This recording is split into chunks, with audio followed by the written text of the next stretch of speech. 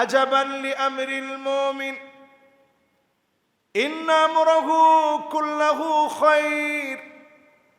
মুমিনদের বিষয়টা বড় আশ্চর্যজনক। মুমিন বিপদে পড়ে যাবে, মুসিবতের মধ্যে পড়ে যাবে, ফাসবার, যখন ধৈর্য ধারণ করবে, আল্লাহ রাব্বুল আলামিন ওই মুসিবতের সময়ে ধৈর্য ধরার কারণে মুমিনের বিপদকে যিনি উঠায় নেবেন তিনি কে?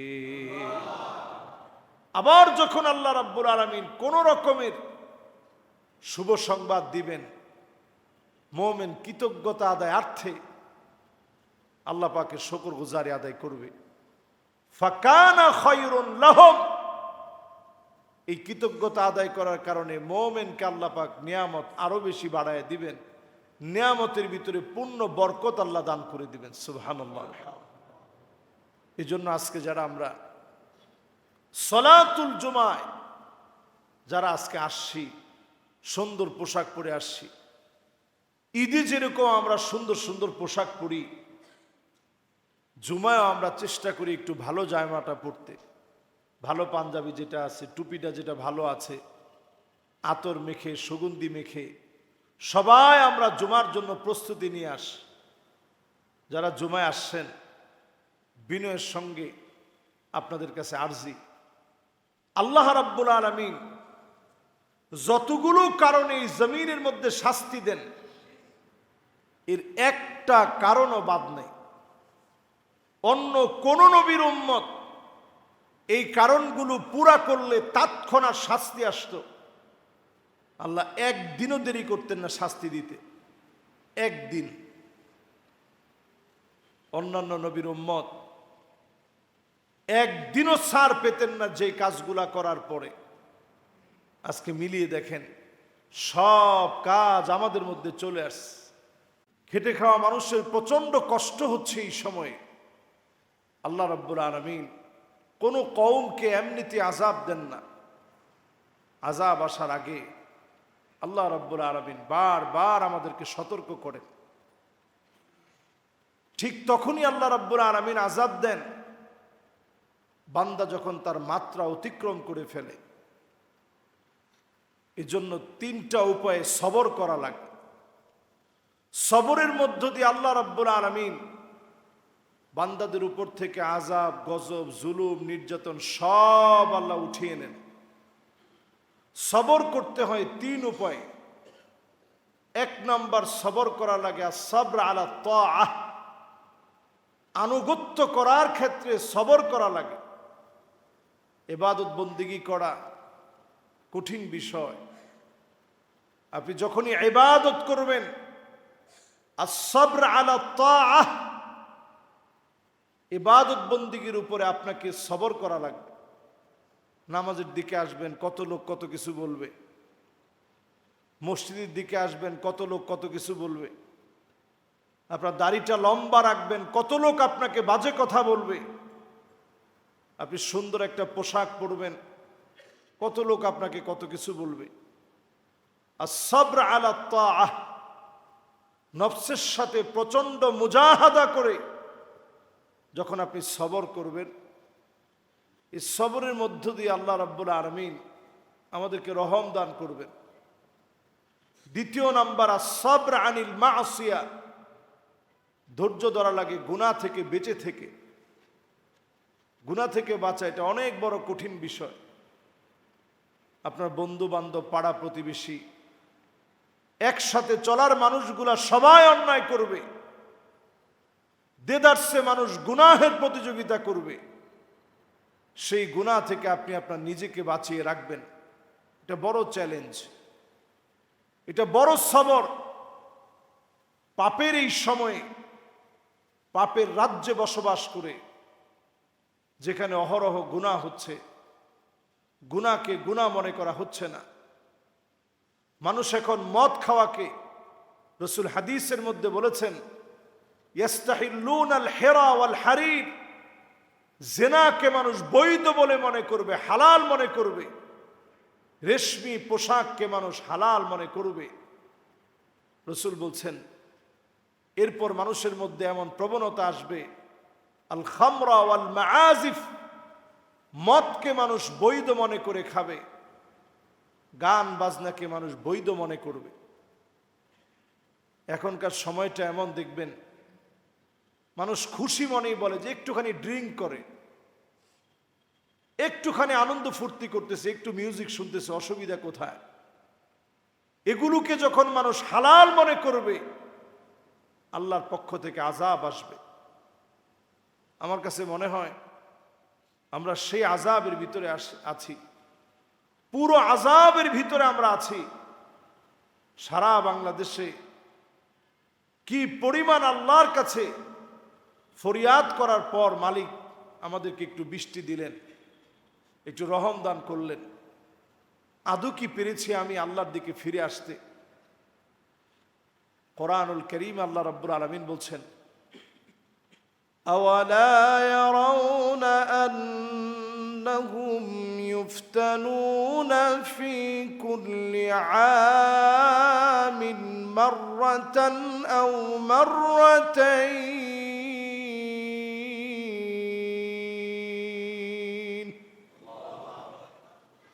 ثم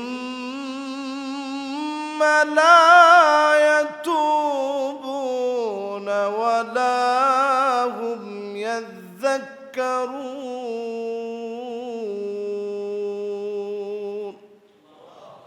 প্রত্যেকটা বছরে একবার অথবা দুইবার আমি আল্লাহ তোমাদের উপরে পরীক্ষা নিই। ثم لا يتوبون ولا هم يذكرون। এরপরেও তোমরা গুনাহ থেকে ফিরে আসো না, আমি আল্লাহর কাছে তওবা করো না, আমি আল্লাহকে একটুখানি স্মরণ করো না, আল্লাহর কাছে একটুখানি কান্নাকাটি করো না। এই যে আযাবের মধ্যে আমরা আছি, আযাব গজবের এই সময়ে আল্লাহর কাছে যদি আমি আপনি ফিরে আসি, আমি আপনি যদি তওবা করি, আল্লাহকে যদি অধিক পরিমাণে স্মরণ করি, সবর করা যদি শিখি, গুনাহ থেকে নিজেকে যদি বিরত রাখি, আনুগত্যের উপরে যদি নিজেকে প্রতিষ্ঠিত করি, তৃতীয় নম্বরে আস-সাবর ইনদামা সাদামাতিল উলা, প্রথম আঘাতই আল্লাহ রাব্বুল আলামিন কোন একটা বিপদ দিয়েছেন, আপনি প্রথম আঘাতই বলেন আল্লাহ বিপদ আপনি দেন, বিপদ আপনি উঠায় নেবেন। আমি আপনি যদি এইভাবে সবর করতে পারি, প্রত্যেকটা ক্ষেত্রে দ্বিগুণ তিনগুণ বহুগুণ, শুধু দুনিয়ায় না জান্নাতেও যিনি এই সবরের প্রতিদান দিবেন তিনি কে? আজরুহুম বিগাইরি হিসাব। আপনি আপনার ক্যালকুলেটর দিয়ে হিসাব করে আপনি শেষ করতে পারবেন না, এত পরিমাণ ফজিলত আল্লাহ রাব্বুল আলামিন দুনিয়া আখিরাতের জন্য রাখছেন, শুধুমাত্র সবর করার কারণে। নবী আলাইহিস সালাতু ওয়াস সালাম হাদিসের মধ্যে বলছেন, আজাবান লিআমরিল মুমিন ইন্না আমরাহু কুল্লাহু খায়র। মুমিনদের বিষয়টা বড় আশ্চর্যজনক। মুমিন বিপদে পড়ে যাবে, মুসিবতের মধ্যে পড়ে যাবে, ফাসবার, যখন ধৈর্য ধারণ করবে, আল্লাহ রাব্বুল আলামিন ওই মুসিবতের সময়ে ধৈর্য ধরার কারণে মুমিনের বিপদকে যিনি উঠায় নেবেন তিনি কে? আবার যখন আল্লাহ রাব্বুল আলামিন কোন রকমের শুভ সংবাদ দিবেন, মুমিন কৃতজ্ঞতা আদায়ার্থে আল্লাহ পাকের শুকরগুজারি আদায় করবে। ফাকানা খায়রুন লাহুম, এই কৃতজ্ঞতা আদায় করার কারণে মুমিনকে আল্লাহ পাক নিয়ামত আরো বেশি বাড়ায় দিবেন, নিয়ামতের ভিতরে পূর্ণ বরকত আল্লাহ দান করে দিবেন। সুবহানাল্লাহ। এই জন্য আজকে যারা আমরা সলাতুল জুমায় যারা আজকে আসছি, সুন্দর পোশাক পরে আসছি, ঈদে যেরকম আমরা সুন্দর সুন্দর পোশাক পরি, জুমায়ও আমরা চেষ্টা করি একটু ভালো জামাটা পরতে, ভালো পাঞ্জাবি যেটা আছে, টুপিটা যেটা ভালো আছে, আতর মেখে সুগন্ধি মেখে সবাই আমরা জুমার জন্য প্রস্তুতি নিয়ে আসি। যারা জুমায় আসছেন বিনয়ের সঙ্গে আপনাদের কাছে আরজি, আল্লাহ রাব্বুল আলামিন যতগুলো কারণে এই জমিনের মধ্যে শাস্তি দেন, এর একটা কারণও বাদ নেই। অন্য কোন নবীর উম্মত এই কারণগুলো পুরা করলে তৎক্ষণাৎ শাস্তি আসতো।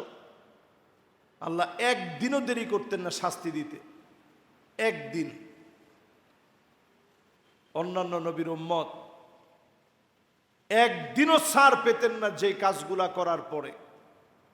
আজকে মিলিয়ে দেখেন, সব কাজ আমাদের মধ্যে চলে আসছে।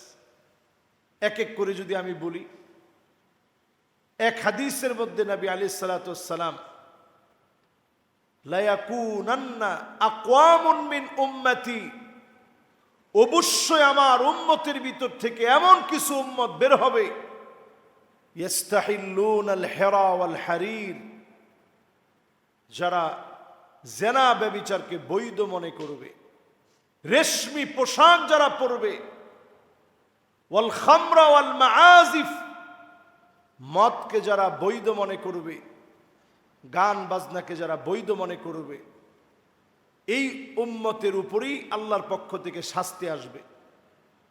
যদি প্রশ্ন করি, এই স্বভাব চারোটা এখন আমাদের ভিতরে আছে না নাই? আল্লাহর হাবিব অন্য হাদিসের ভিতরে বলেন, কখন শাস্তি আসবে? ইযা তুখিজাল ফাইয়ু দুআলা, অধিকাংশ জায়গায় দেখবেন জনগণের হক নষ্ট করা হবে। নবী আলাইহিস সালাতু ওয়াস সালাম হাদিসের মধ্যে বলছেন। এখন বলেন তো দেখি, জনগণের হক নষ্ট করা হয়, হাদিসের এই অংশ এখন পুরা হয়েছে না হয়নি? নবী আলাইহিস সালাতু ওয়াস সালাম বলছেন, ওয়াল আমানাতু মাগনামা, এমন সময় আসবে আমানতের খেয়ানত হবে সর্বত্র, আমানতদারিতা থাকবে না। পুরাপুরি মিলে গেছে। নবী আলাইহিস সালাতু ওয়াস সালাম এরপরে বলছেন, ওয়াজ যাকাতু মাগরামা, যাকাত মানুষের কাছে অভিশাপ বলে মনে হবে। নবী আলাইহিস সালাতু ওয়াস সালাম বলছেন, ওয়া তুউল্লিমাল ইলম লিগাইরিদ দ্বীন, মানুষ দিন শিখবে, নিজেকে আলেম বানাবে, সত্যিকারে আল্লাহর জন্য আলেম হবে না, শুধু দুনিয়ার জন্য আলেম হবে, দুনিয়া অর্জনের জন্য আলেম হবে। লোকে আমার ছেলেকে বড় আলেম বলবে, এই জন্য অনেক বাপ ছেলেকে আলেম বানাবে। লোকে আমার ছেলেকে বড় বক্তা বলবে, এই জন্য অনেকে আলেম বানাবে। আলেম হওয়া লাগবে শুধুমাত্র আল্লাহর জন্য, শুধুমাত্র আল্লাহর জন্য। এরপরে বোনাস আল্লাহ যেটা দিবেন, এটা আল্লাহ আমারে দিছেন, আল্লাহ কোন আলেমকে দিছেন, আল্লাহর পক্ষ থেকে এটা নিয়ামত। লা তুসআলুন্না ইয়াউমাইযিন আনিন নাঈম, চুলচেরা আল্লাহর কাছে আলেমের হিসাব দেওয়া লাগবে। কত আলেম সেদিন আল্লাহর কাঠগড়ায়, সেদিন আল্লাহর কাঠগড়ায় বিচারের সম্মুখীন হবে। কত আলেমের মাথা সেদিন নিচের দিকে দিয়ে পা উপরের দিকে দিয়ে ঝুলিয়ে ফেলা হবে। কত আলেমকে দিয়ে জাহান্নাম উদ্বোধন করা হবে। ওই আলেম আল্লাহর কাছে সেরা হবে। আলিমুন মুস্তামিলুন ইলমাহু, যেই আলেম তার ইলম কাজে লাগিয়েছে, যেই আলেম যা শিখছে, যা পড়ছে, সেই অনুপাতে নিজের জীবন পরিবর্তন করেছে, সেই আলেম আল্লাহর কাছে বড় সফল হবে। সেই আলেম আল্লাহর কাছে বড় দামি হবে। সেই আলেম আল্লাহর কাছে বড় মর্যাদাপূর্ণ হবে। আলেমদেরকে আল্লাহ বড় ভালোবাসবেন, সম্মানিত করবেন। ওই আলেমকে, যে আলেম আল্লাহরে বড় ভয় করছে। এখনকার সময়টা তো এমন, আমরা ভাইরাল হওয়ার জন্যে আপ্রাণ চেষ্টা করি। কত হাজারো ভাইরাল সেদিন আল্লাহর দরবারে আফসোস করে বলবে, আল্লাহ কেন এই চেষ্টা আমি করছিলাম, এই প্রচেষ্টা কেন আমার ভিতরে জন্ম নিয়েছিল। দুনিয়ার জীবনের রিয়া, লোক দেখানো কর্মকাণ্ড কত মানুষের আমল ধ্বংস করে দিবে। এটা আযাব আসার অন্যতম একটা কারণ। আযাব আসার কারণ আতা আর রাজুলু ইমরাআতাহু, এমন সময় আসবে স্ত্রীর কথায় স্বামী উঠবে বসবে, স্ত্রী যা বলবে স্বামী তাই করবে। বৃদ্ধাশ্রমে যতজন আছে আপনি গিয়ে খবর নিয়ে দেখেন, অধিকাংশ জনই মা বাপকে করতে পারে না, স্ত্রী করতে দেয় না। এই জন্যই নবীজি সাল্লাল্লাহু আলাইহি সাল্লাম তারপরেই বললেন আক্কা উম্মাহু, মায়ের সঙ্গে খারাপ ব্যবহার করবে। আপনি যত নামাজ পড়েন, মায়ের সঙ্গে যদি খারাপ আচরণ করেন, আপনার নামাজ আল্লাহর আদালতে কবুল হবে না। যতক্ষণ না আপনার মা আপনার উপরে রাজি খুশি না হয়, আপনার বাপ যতক্ষণ খুশি না হয়, এটা আযাব আসার কারণ। আযাব আসার কারণ আদনা সাদিকাহু, বন্ধু বন্ধুর কাছে বড় আপন। কিশোর গ্যাং তৈরি হবে, বন্ধুদের জন্য সব করতে পারে। এখনকার অলিতে গলিতে দেখবেন কিশোর গ্যাং, একেবারে প্রকাশ্যে যাত্রা বাড়িতে দেখবেন এখন মানুষের কাছ থেকে ছিনতাই, চাঁদাবাজি। শুধু যাত্রাবাড়ির কথা বললে যাত্রাবাড়ির লোকেরা রাগ করবে। যাত্রাবাড়ি বলবো কেন, দেশের এয়ারপোর্টে আপনি যান, আপনি টঙ্গী থেকে আসতে নেন, প্রত্যেকটা জ্যামজটে যখনই আপনি পড়বেন, আমি নিজে সেদিন দেখতেছি, আমি গাড়ির ভিতরে বসা, ওপেন গাড়িটাকে দরজাটা টান দিচ্ছে, তো আল্লাহ তাআলার মেহেরবানি দরজাটা খুলতে পারে না, লক করা ছিল। মুহূর্তের ভিতরে ছিনতাই করার প্রস্তুতি, একজন না কয়েকজন মিলে, একেবারে কিশোর গ্যাং। এটা কিয়ামতের আগে প্রচন্ড বেড়ে যাবে, এই কারণে আযাব আসবে পৃথিবীতে। এখনকার সময়ে আদব লেহাজ একেবারে উঠে গেছে। আগের দিনে সন্ত্রাস হইল, মানুষের মধ্যে বড়দের একটা সম্মান বোধ ছিল। সন্ত্রাস হইলেও বলতো অমুকে আমার বড় ভাই, উনি এলাকার শ্রদ্ধাভাজন ব্যক্তিত্ব। এখনকার জমানায় কে বড় কে ছোট, মুরব্বীদের সম্মান নাই, ছোটদের স্নেহ নাই। এটা আযাব আসার কারণ। সমাজের কাঠামো ভেঙে যাওয়ার অন্যতম কারণ, যে সমাজের ভিতরে বড়দের সম্মান থাকে না, ছোটদের স্নেহ থাকে না, সমাজের অবকাঠামো সেই সমাজে ঠিক থাকে না। নবী আলাইহিস সালাতু ওয়াস সালাম তারপরে বলছেন আকসা আবাহু, পিতার সঙ্গে প্রতিনিয়ত বেয়াদবি হবে।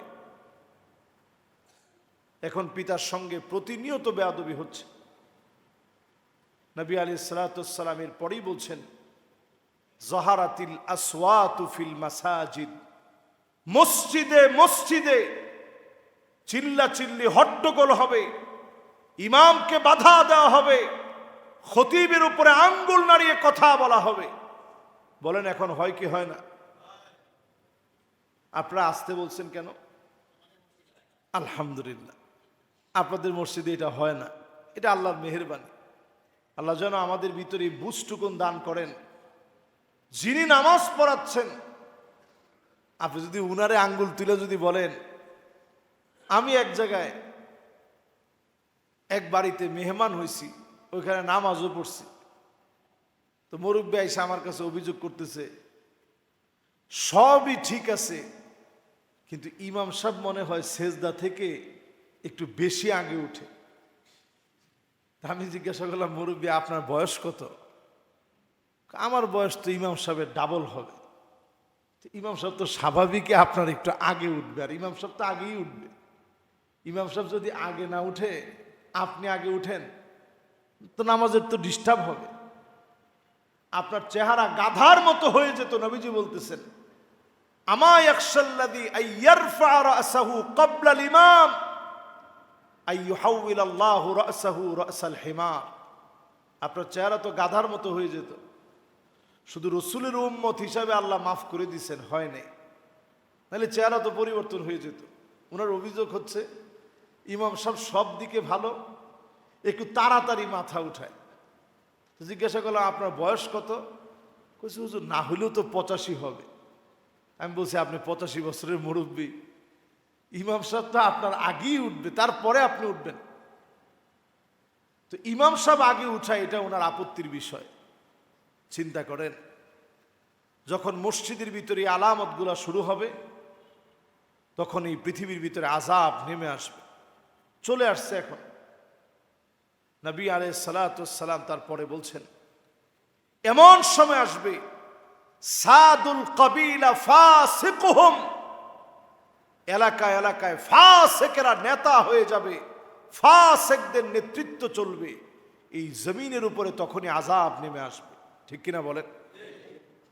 নবী আলাইহিস সালাতু ওয়াস সালাম তারপরে বলছেন জাঈমুল কওমি আরজালুহুম, বড় বড় লিডার যাদেরকে মনে করি এরা যখন দুশ্চরিত্র লম্পট হবে জাতির উপরে তখন আযাব আসবে। নবী আলাইহিস সালাতু ওয়াস সালাম তারপরে বলছেন এমন সময় আসবে জাহারাতিল কাইনাত ওয়াল মাআজিফ, এমন সময় আসবে যেই সময়ে গায়িকার দাম বেড়ে যাবে, নায়িকার দাম বেড়ে যাবে, বাদ্যযন্ত্রের সয়লাভ হয়ে যাবে। এখনো হয় নাই, আরো কিছু বাকি আছে। বলেন বাকি আছে? এরপরে নবী আলাইহিস সালাতু ওয়াস সালাম বলছেন শুরিবাতিল খামর, চারদিকে মদ পানের উৎসব করা হবে। উকরিমার রাজুল মাখাফাতা শাররিহি, মানুষ খারাপ হওয়ার পরেও তার সন্ত্রাসী কর্মকাণ্ডের ভয়ে মানুষ তারে সালাম দিবে, সম্মান করবে। দিল থেকে কখনো সালাম আসবে না। সালাম দিবে তার অস্ত্রের ভয়ে, সালাম দিবে তার ক্ষমতার ভয়ে, সালাম দিবে তার গুন্ডামির ভয়ে, সালাম দিবে তার চাঁদাবাজির ভয়ে, সালাম দিবে গোপনে মামলা করতে পারে এই ভয়ে সালাম দিবে। এরকম আমাদের দেশেও এরকম বদলোক আছে না নাই? মানুষ তারে মোটেও দিল থেকে সম্মান করে না। এরপরে নবী আলাইহিস সালাতু ওয়াস সালাম বলছেন ওয়ালাআনা আখিরু হাযিহিল উম্মাহ আউওয়ালাহা, এমন সময় আসবে আগেকার বড় বড় আলেমদেরকে মানুষ গালিগালাজ করবে, আগেকার বড় বড় আলেমদেরকে মানুষ জঙ্গি বলবে, মৌলবাদ বলে আঙ্গুল তুলবে। এরকম দুঃসাহস জমিনের উপরে যখন হবে তখন জমিনের উপরে কি শাস্তি আসবে একটু মিলায় নেন। ফালইয়ারতাকিবু ইনদা যালিকা রিহান হামরা, চতুর্দিক থেকে বাতাস গরম হয়ে যাবে, আগুনের মতো হয়ে যাবে। আজকে একটু তাকায় দেখেন, মেশিন দিয়ে পানি দেওয়া লাগে আমাদের দেশে, মেশিন ব্যবহার করে স্প্রে করা লাগে। এখন চিন্তা করতেছে কৃত্রিমভাবে বৃষ্টি আনা যায় কিনা। আহারে, বৃষ্টি এমন হওয়া হয়েছে আমাদের দেশে, আমরা বলছি আল্লাহ আর কত বৃষ্টি দিবেন। সেই দেশে এখন কালকে বৃষ্টি হওয়ার পরে একেবারে মিশরের কথা আমার মনে পড়ে গেছে। কালকে বৃষ্টির ছিটা ফুটা যখন শুরু হয়েছে মানুষ রাস্তায় নেমে গেছে। যুবক একটা ইয়ং জেনারেশন কয়েকজন মিলে যখন আড্ডা দিচ্ছে জিজ্ঞাসা করতেছে কেউ তোমরা তো বৃষ্টিতে ভিজতেছো? কয় নিয়ত করছি যতদিন বৃষ্টি হবে প্রতিদিন আমরা ভিজার চেষ্টা করব। মানে মানুষের কাছে এটা মনেই হয়েছে বৃষ্টি মনে হয় আর হবে না, এত পরিমাণ অন্যায় আমরা করে ফেলছি, আল্লাহ মনে হয় আর বৃষ্টি দিবে না। এরপরেও আল্লাহ দয়া করেন, মায়া করেন। কেন করেন? কারণ আল্লাহ আমাদেরকে বড় ভালোবাসেন, বড় ভালোবাসেন। এই দেশটারে আল্লাহ বড় পছন্দ করেন, আল্লাহ বড় রহম করেন। বারবার আল্লাহ ছাড় দেন।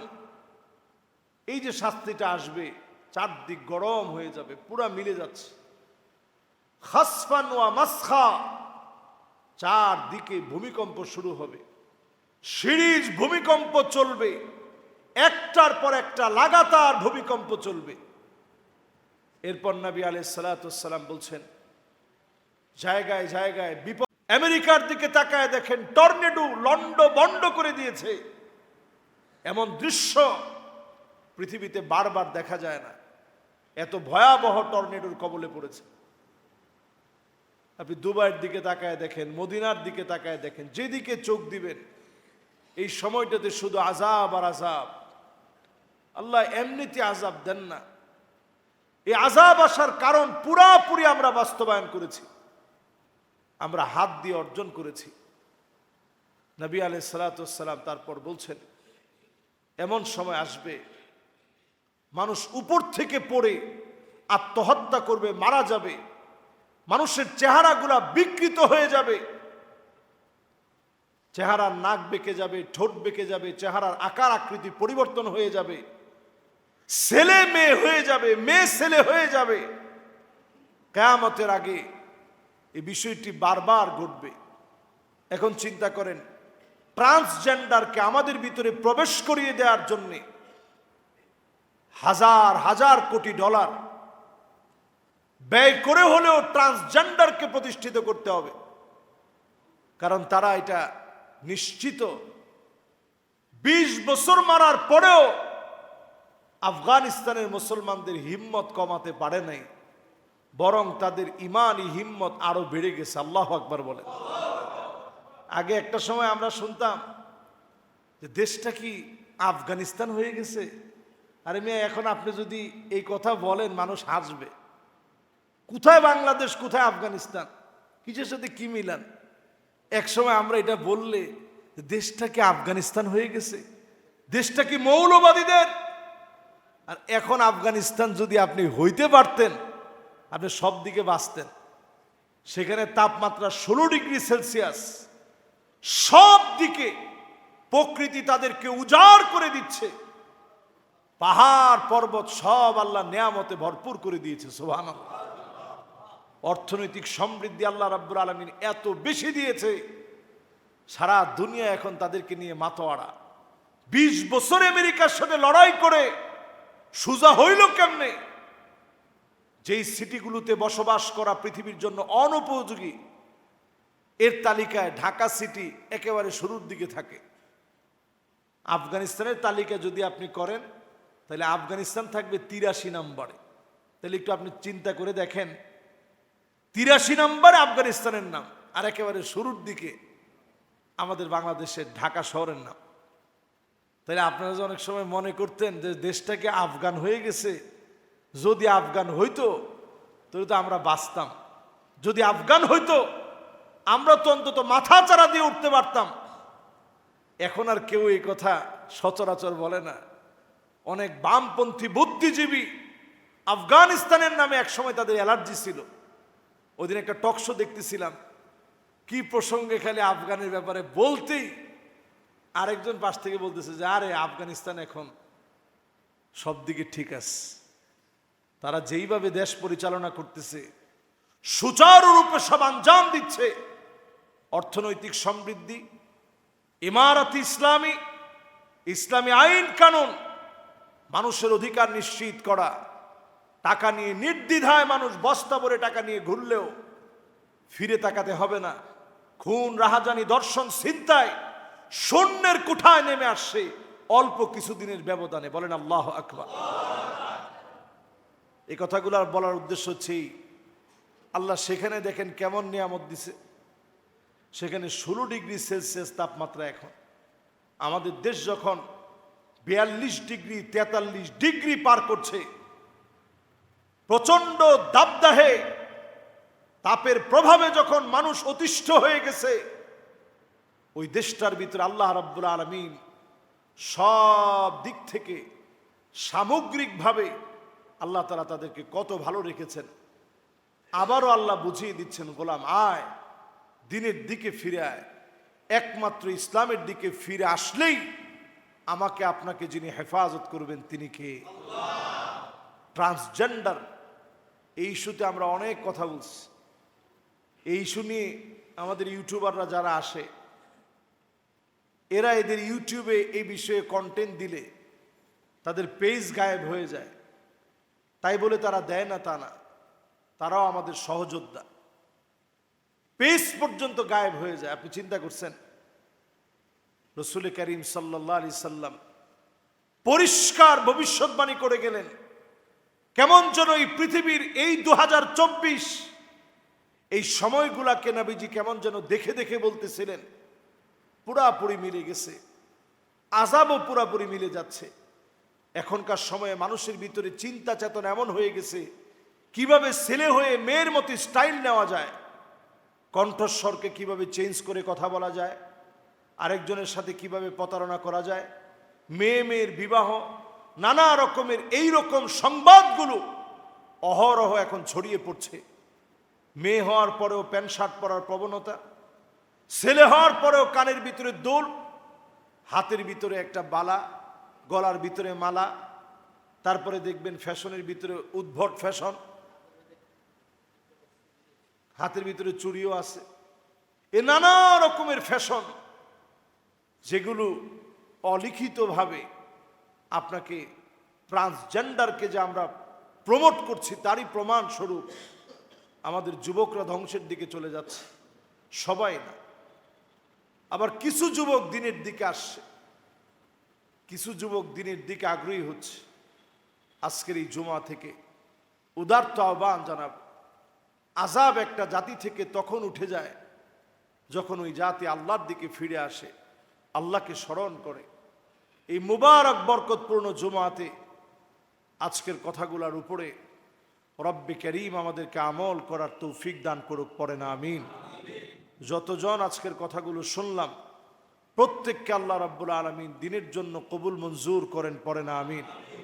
সুখ দুঃখ কষ্ট আনন্দ জীবনের প্রত্যেকটা সময়ে আমরা যেন ইস্তেগফারের উপরে থাকি, আল্লাহকে অধিক পরিমাণে ডাকতে থাকি, এই বিপদ মুসিবতকে কাটিয়ে ওঠার জন্যে আল্লাহ পাককে যেন অধিক পরিমাণে স্মরণ করি। আল্লাহ যেন আমাদেরকে কবুল মঞ্জুর করেন, সকলে পড়ে না আমিন।